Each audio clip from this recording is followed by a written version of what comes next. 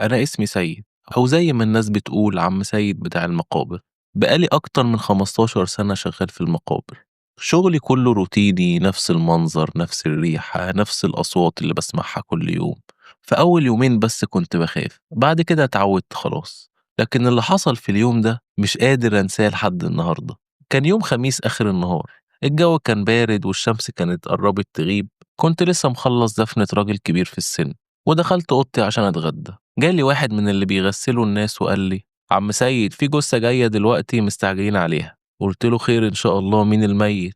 قال لي: شاب ميت كده في حادثة، بس كانت حادثة غريبة شوية. وبعد حوالي ساعة بالظبط العربية البيضة بتاعت الموتى دخلت المقابر، ومعاها أهل الميت. كانوا 3 رجالة كبار وواحدة ست، وكلهم كانوا لابسين أسود ووشهم متغطي. وأنا الصراحة لما شفتهم حسيت بحاجة مش طبيعية، شكلهم كان غريب قوي. ولقيت الكلاب اللي في آخر المقابر بتهوهو جامد جدا. أنا ما كنتش متعود يهوهو كده في الوقت ده. بس أول ما فتحنا باب العربية وشفنا الجثة، أنا ساعتها قلبي وقع في رجليا. كان النص الشمال من الوش متفحم، والعين الشمال كانت مفتوحة ومبرقة جامد، كأنها شايفة حاجة احنا مش شايفينها. قلت أعوذ بالله من الشيطان الرجيم وكملت. بس الغريب إن جسمه كان دافي، رغم إن هم قالوا إن هو ميت من أكتر من 12 ساعة. وساعتها سألت الغسال، قلت له: يا ابني، هي ليه إيده سخنة قوي كده؟ بصلي وقال لي: يا عم سيد، ما تسألش كتير، خلينا نخلص وندفنه بسرعة. بس الغريب قوي إن وأنا بنزل الجثة المقبرة حسيت إن إيديها بتتحرك. بصيت حواليا أشوف الناس اللي واقفة، محدش أخد باله. قلت يمكن حركة عضلاته بعد الموت، بتحصل معايا أوقات.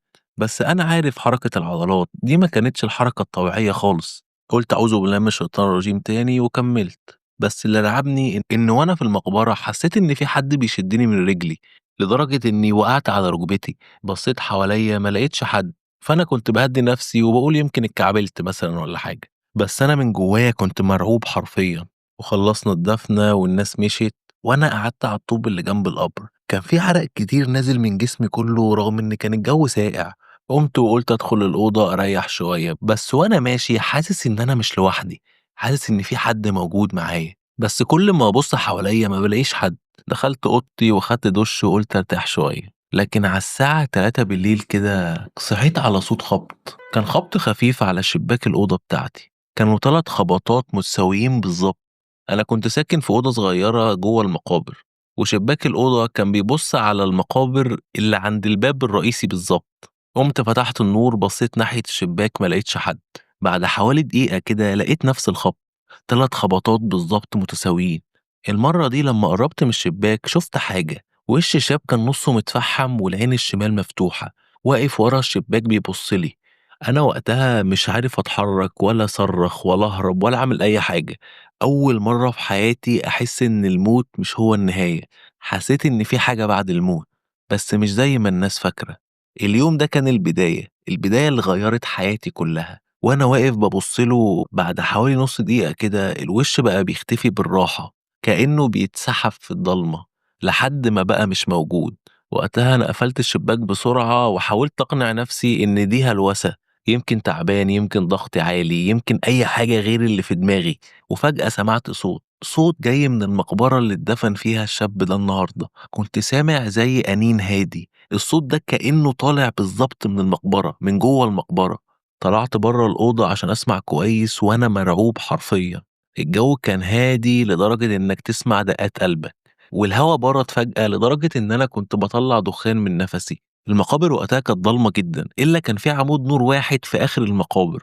وأنا برضو وقتها كنت بقنع نفسي إن ممكن الهوا هو اللي بيخبط في حاجة مطلع الصوت ده، بس أنا كنت عايز أتأكد أكتر. مشيت ناحية المقبرة، وكل خطوة كنت بمشيها كنت حاسس إن الأرض بتتهز تحتي. وكل قبر كنت بعدي عليه كنت حاسس إن في عيون بتراقبني من جواه. لحد ما وصلت للقبر اللي دفنت فيه الولد النهارده. وقفت قدامه وبصيت. كانت كل حاجة طبيعية. التراب اللي فوق القبر هادي، مفيش أي حركة، بس كان في ريحة غريبة طالعة من القبر، كأنها ريحة حريقة. عارف ريحة الشياط بتاع اللحمة؟ هي دي بالظبط الريحة اللي كانت طالعة. قربت أكتر من المقبرة وحطيت ودني على الأرض. ساعتها سمعت الصوت بوضوح، سمعت صوت أنين ورا بعضه كأن حد بيتألم. بس بعد حوالي 10 ثواني الصوت وقف، وطلع بعده صوت ضحكة. كانت ضحكة مكتومة جاية من جوه القبر، رجعت ورا خطوتين وببص حواليا مفيش حد، ولقيت نور العمود اللي في المقابر بينور ويطفي لوحده. أنا وقتها جريت على أوضتي وأنا مش فاكر وصلت لها إزاي. قفلت الباب بسرعة ورحت قعدت على السرير. كل شوية أسمع حاجة بتتحرك أو حد بيخبط على الشباك، والساعة بالظبط 4 الفجر سمعت صوت رنة تليفوني، مع إن تليفوني أنا بسيبه مقفول دايما. بصيت عليه لقيت رقم غريب، بس كان مكتوب اسم، والاسم ده كان نفس اسم الشاب اللي دفناه النهارده. وهم قالوا لي النهارده إن كل حاجة اتحرقت معاه حتى تليفونه. طب إزاي لو هو بيتصل عليا؟ كل حاجة جوايا وقتها كانت بتقولي ما تردش، بس لقيت صباعي حرفيا بيروح لوحده يفتح المكالمة. وأول ما فتحت المكالمة سمعت صوت أنين، نفس اللي سمعته من القبر، وبعديها صوت واطي جدا خشن بيقول: سيد التراب مش كفاية. وقتها أنا قفلت الموبايل ورميته على الأرض، وقعدت على السرير وعيني على الشباك وقلبي مش قادر يهدى. في اللحظة دي اتأكدت إن اللي اتدفن النهاردة ما كانش إنسان طبيعي، وفضلت قاعد مكاني لحد ما النور بدأ يطلع، وأنا مش فاهم إيه اللي بيحصل لي. وكل شوية أبص على الشباك وأبص على التليفون اللي رميته وأنا مرعوب. وأنا ببص على التليفون لقيت مكالمة فائتة من جثة المقابر. أنا اترعبت حرفيا، بس سبت التليفون مكانه. ولما الصبح طلع حاولت أقنع نفسي إن أنا كنت بحلم، إن اللي حصل لي ده مش حقيقي أو مستحيل يبقى حقيقي. لحد ما طلعت عند القبر لقيت التراب اللي فوق القبر متنفض، كان باين إن حد حط إيده عليه. ولما ركزت لقيت في علامة كف محطوطة على باب القبر. رجعت لورا بسرعة وأنا مش عارف أعمل إيه، وفجأة لقيت الشيخ عبد الرزاق داخل عليا. ده راجل طيب من اللي بيصلوا في المقابر كل يوم، ودايما بيساعدني في الدفن وبيدعي للموتى. بصلي وقال لي: مالك يا عم سيد، وشك مصفر كده ليه؟ قلت له: مفيش يا شيخ، يمكن تعبان شوية. قال لي: لأ، انت فيك حاجة، وشكلك مش طبيعي، وريحتك غريبة كأنها ريحة حد ميت. الكلمة دي دخلت جوايا زي السكينة. قلت له: مفيش حاجة، ورجعت أوضتي وسبته يقرأ شوية قرآن. بس وأنا داخل أوضتي لقيت حاجة غريبة جدا. كان على باب الأوضة من بره كان مكتوب بخط صغير: الليل الجاي هاجي ليك. أنا اتجمدت مكاني وأنا عارف إن محدش بيدخل هنا، ومفتاح المقابر في جيبي. قعدت طول اليوم مش قادر أفكر ولا مركز في أي حاجة، حتى الأكل ما كنتش قادر أكله. وكل ما عيني تروح على باب الأوضة أشوف الكلمة دي بتختفي شوية بشوية لحد ما اختفت خالص. ولما الليل قرب أنا كنت متأكد إن في حاجة هتحصل لي. الساعة بقت حوالي 1:30 بالليل. الجو كان بارد والهوا كان عالي جدا، وأنا قاعد على السرير وفاتح كشاف صغير ومش عارف أنام. وكل حاجة حواليا ساكتة، حتى الكلاب النهاردة ما كانتش بتهوهو. وبعدين سمعت أول صوت، كان صوت خطوات، خطوات تقيلة كده بتمشي على الرملة وبتقرب ناحية أوضتي. الخطوات ما كانتش بتجري، كانت بتمشي بالراحة وبتقرب واحدة واحدة. أنا وقتها قربت من الشباك بالراحة وبصيت، ما لقيتش حد، بس العمود اللي في آخر المقابر كان نوره بيتهز. وفجأة لقيت نور العمود اتطفى، وبعد ثانية النور رجع، بس كان في حد واقف تحته. اللي كان واقف ده كان جسمه طويل ولابس أبيض، ووشه باين نصه، وعينه الشمال برضه مفتوحة نفس الفتحة. ما كنتش قادر أشوف ملامحه بوضوح، بس حسيت إن هو الميت اللي دفنته النهاردة. وما كانش بيتحرك، كان واقف ساكت ووشه متجه ناحية أوضتي. بعد حوالي دقيقة لقيته رافع إيده كأنه بيشاور عليا. ساعتها الدنيا سودت قدامي، وفوقت الصبح لقيت نفسي نايم على الأرض والباب مفتوح، والمفتاح كان مرمي على السرير. أول حاجة بصيت عليها كان الشباك، ولقيت عليه آثار لكف متفحم، كان نفس شكل الكف اللي على المقبرة. أنا في اللحظة دي اتأكدت إن الجثة دي خلاص مش عادية. وأنا وقتها لما قمت حاولت أتصرف عادي كأني ما شفتش اللي شفته ولا حصل اللي حصل. ووقتها قلت: أنا أول ما أقبض مرتب الشهر أنا هسيب المقابر دي وأمشي. والساعة حوالي 10 الصبح لقيت حد بيخبط على الباب. فتحت الباب وأنا مرعوب لقيته الشيخ عبد الرازق بيقول لي: يا عم سيد، في جثة جديدة النهاردة جايالك.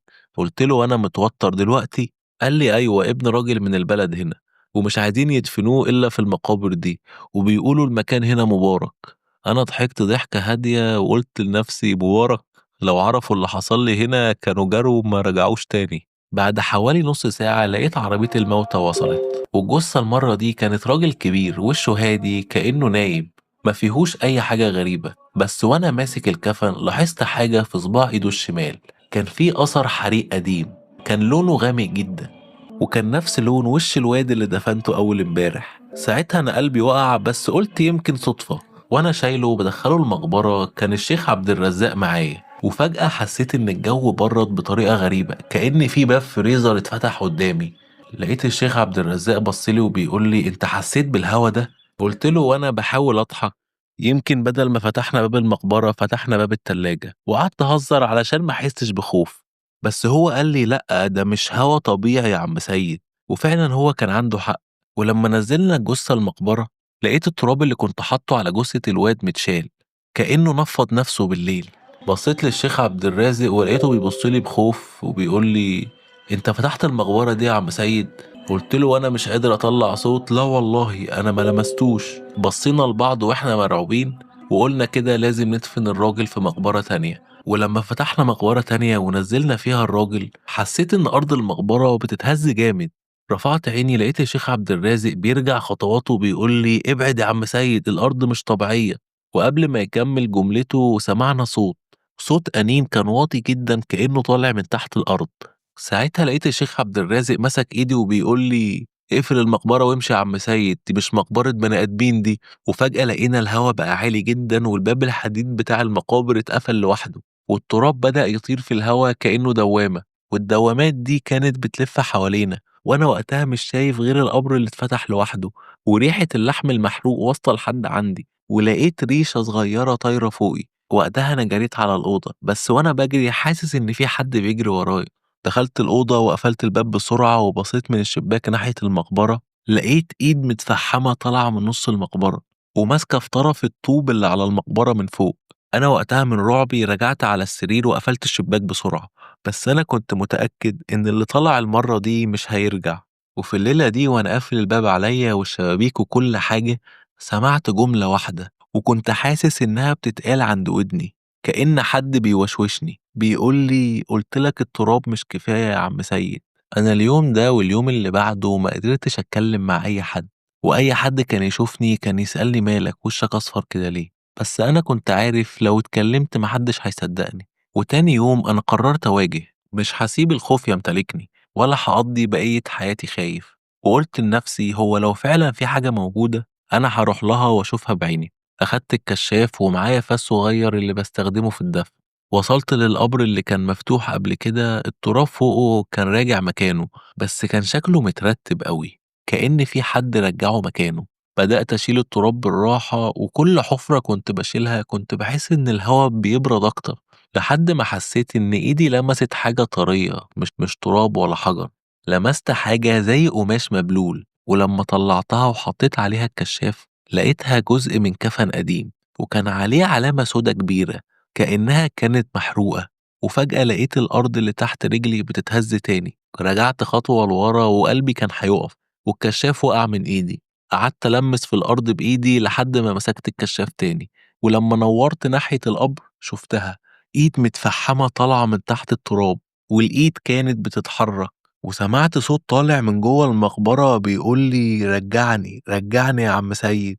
أنا فضلت باصص للإيد مش قادر أشيل عيني من عليها، وكل حاجة حواليا ساكتة. والإيد فضلت تشد نفسها لفوق لحد ما ظهر الوش. كان الوش نصه محروق ونصه متعفن. العين الشمال كانت سودة زي الفحم، والعين اليمين كانت بيضة وبتبصلي.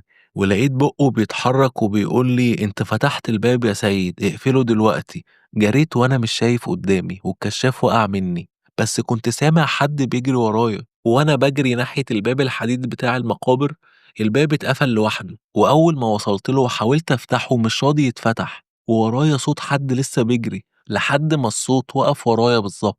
ولقيت صوت ورايا بيقول لي لسه في واحد ناقص يا سيد ولسه الباب مفتوح. لفيت بسرعة بس ما كانش فيه حد. المقابر فاضية، والكشاف فجأة لقيته بينور لوحده والنور متجه ناحية المقبرة، بس ما كانش فيها ولا جثة ولا كفن. جريت على أوضتي وقفلت الباب بسرعة وأنا مرعوب. بس أول ما قفلت الباب عليا سمعت 3 خبطات على الباب. بصيت من الشباك ما لقيتش حد، بس لقيت ريشة طايرة صغيرة وداخلة من ناحية الشباك، نفس الريشة اللي شفتها لما كنت مع الشيخ عبد الرزاق. ولما مسكتها لقيتها سخنة قوي، رميتها بسرعة وقفلت الشباك. بس الليلة دي ما كانتش زي أي ليلة قبل كده. وفجأة لقيت الجو بقى هادي جدا، مفيش صوت مفيش أي حاجة، كأن مفيش أي حاجة حصلت. أنا وقتها قلت الليلة دي هي النهاية، يا إما أواجه اللي في القبر يا إما أموت.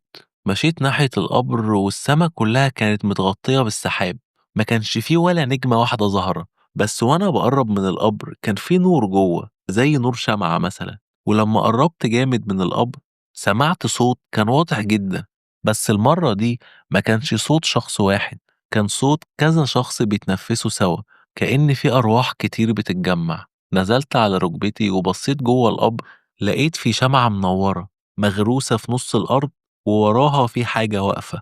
كان نفس الشاب المحروق اللي دفنته، بس المرة دي ما كانش لوحده.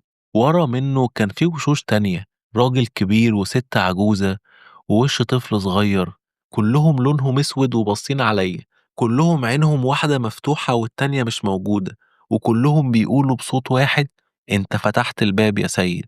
وفجأة لقيت الشمعة اتطفت وفي دوامات كتير حواليا، وحسيت إن في إيد بتسحبني لتحت، ورجلي نصها غرزت في الطين، والأرض بدأت تتفتح تحتيا. صرخت وقتها بصوت عالي جدا وقعدت أقول: انتوا مين؟ جالي صوت ورايا هادي جدا كأنه صوت راجل عجوز بيقول لي: احنا اتدفنا غلط يا سيد، وانت اللي كملت علينا. ولقيت الأرض بتفتح أكتر والتراب بيبلعني، والكشاف وقع من إيدي والدنيا كلها بقت ضلمة. بس وأنا بنزل لتحت حسيت إن في إيد بتسحبني لفوق، بصيت عليها وأنا مرعوب، لقيت الشيخ عبد الرازق ماسكني وبيشدني ووشه كله رعب، وقال لي وهو بيخرجني: الباب اتفتح خلاص يا سيد، محدش هيعرف يقفله. وخدني على أوضتي بالعافية وقفل الباب، وقعدنا ساكتين، هو باصص لي وأنا مش قادر أتكلم. وبعد حوالي دقيقة سمعنا صوت من بعيد، صوت بوابة المقابر الحديد بيتقفل لوحده، وبعديها ما سمعناش أي صوت. في الليلة دي أنا سبت المقابر وما رجعتهاش تاني، والشيخ عبد الرازق مات بعديها بأسبوعين، واللي استلم مكاني اختفى من أول ليلة شغل ليه، والمقابر دي بعديها اتقفلت بشكل رسمي ومحدش بقى بيتدفن فيها. بس كل اللي بيمر من هناك بالليل بيسمع نفس الصوت، صوت حد بينادي من جوه وبيقول: التراب مش كفاية يا عم سيد. يمكن دلوقتي وبعد السنين دي كلها أنا اللي بقيت واحد منهم، يمكن روحي لسه واقفة هناك قدام الباب الحديد بتستنى اللي بعد يفتح الباب تاني. بس اوعى، اوعى تروح المقابر دي تاني، لأن الباب عمره ما اتقفل فعلا.